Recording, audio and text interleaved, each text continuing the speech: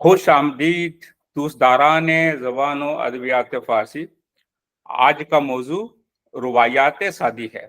Saadi کے غزلیات، حکایات، بستان اور گلستان پر بہت زیادہ لکھا گیا ہے اور بہت زیادہ پڑھنے اور سننے کو ہمیں ملتا ہے، لیکن روایات سعدی پر زیادہ سننے کو اور زیادہ گفتگو بھی نہیں ہوتی ہے۔ اس لیے آج کی گفتگو کا موضوع روایات سعدی منتخب کیا گیا ہے۔ آج کے مہمان پروفیسر عراق رضا زیدی ہیں، جو کہ شعبہ فارسی جامعہ ملیہ اسلامیہ کے صدر اسبق ہیں۔ آپ فارسی اور اردو کے شاعر ہیں اور آپ کا تاریخی کتہ گوئی میں کوئی دوانی ہے ہی نہیں، اور عروض پر آپ کو مہارت تام حاصل ہے۔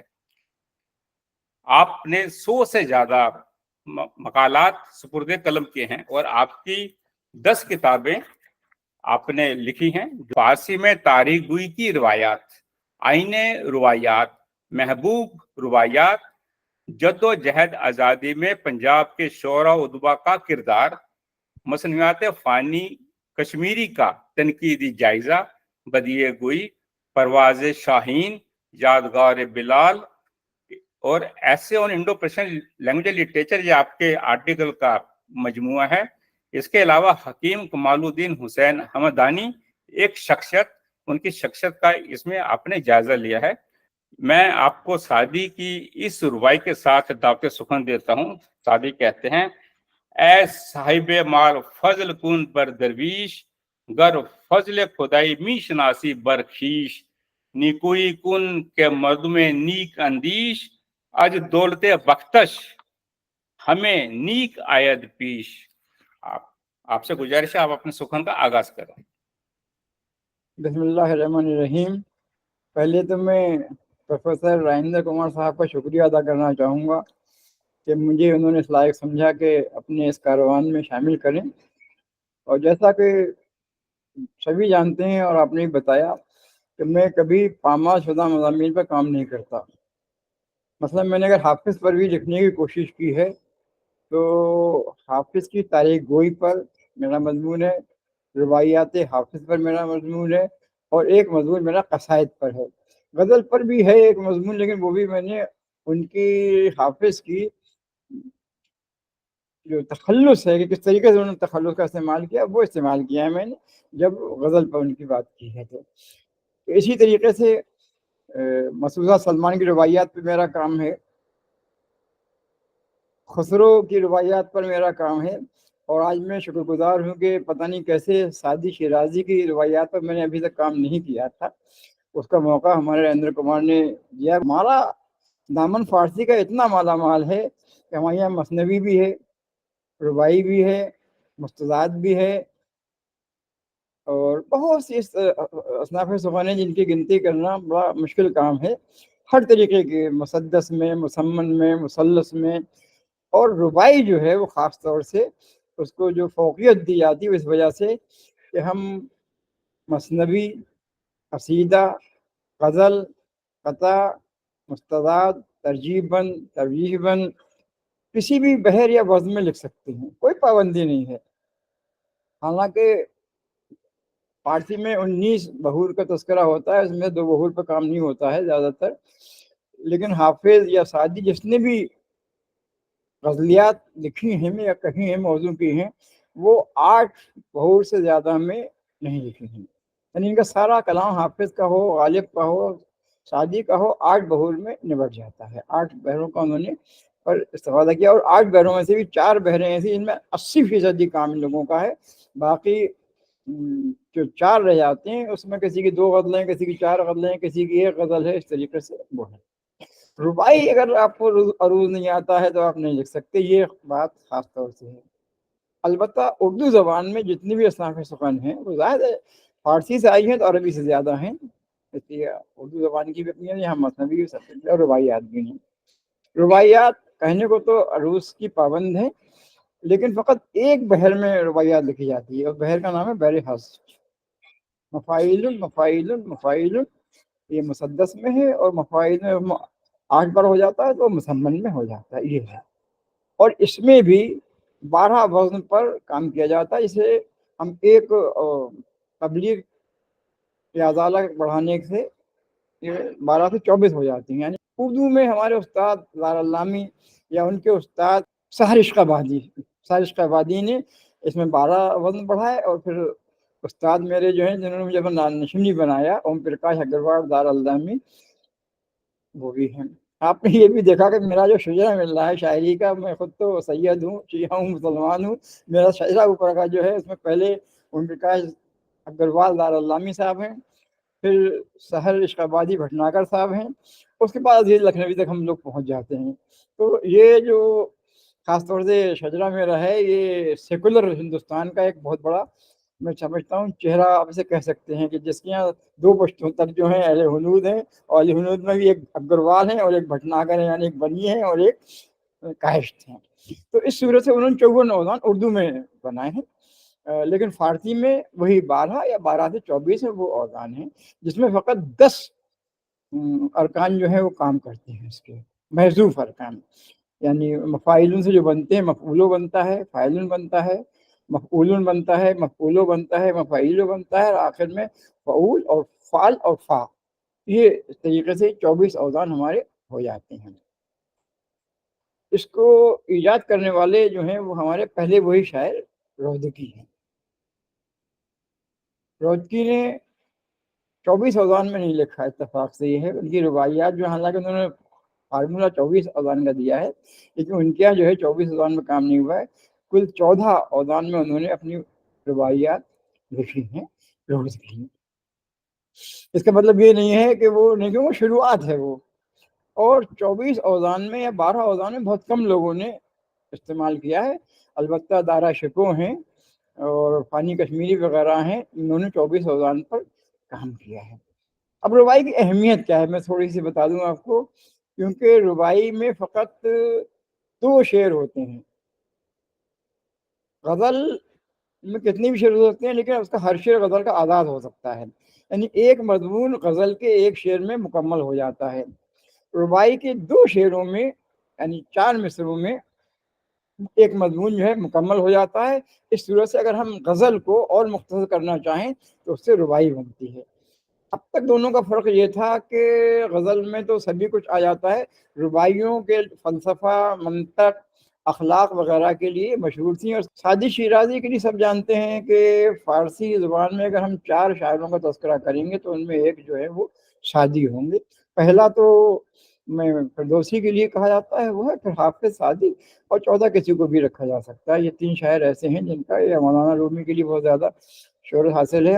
اتفاق یہ ہے کہ ان سب لوگوں نے روایاں لکھی ہیں. حافظ نے بھی روایاں لکھی ہیں، اور مولانا روم نے بھی روایات لکھی ہیں، اور سعدی نے بھی روایات لکھی ہیں. سعدی کی روایات کی خوبصورتی یہ ہے، جس طریقے سے یہ کہا جاتا ہے کہ سعدی سے پہلے بھی غزلیات لکھی گئی تھی، لیکن غزل کو جو اصل پہچان دی ہے وہ سعدی نے دی ہے.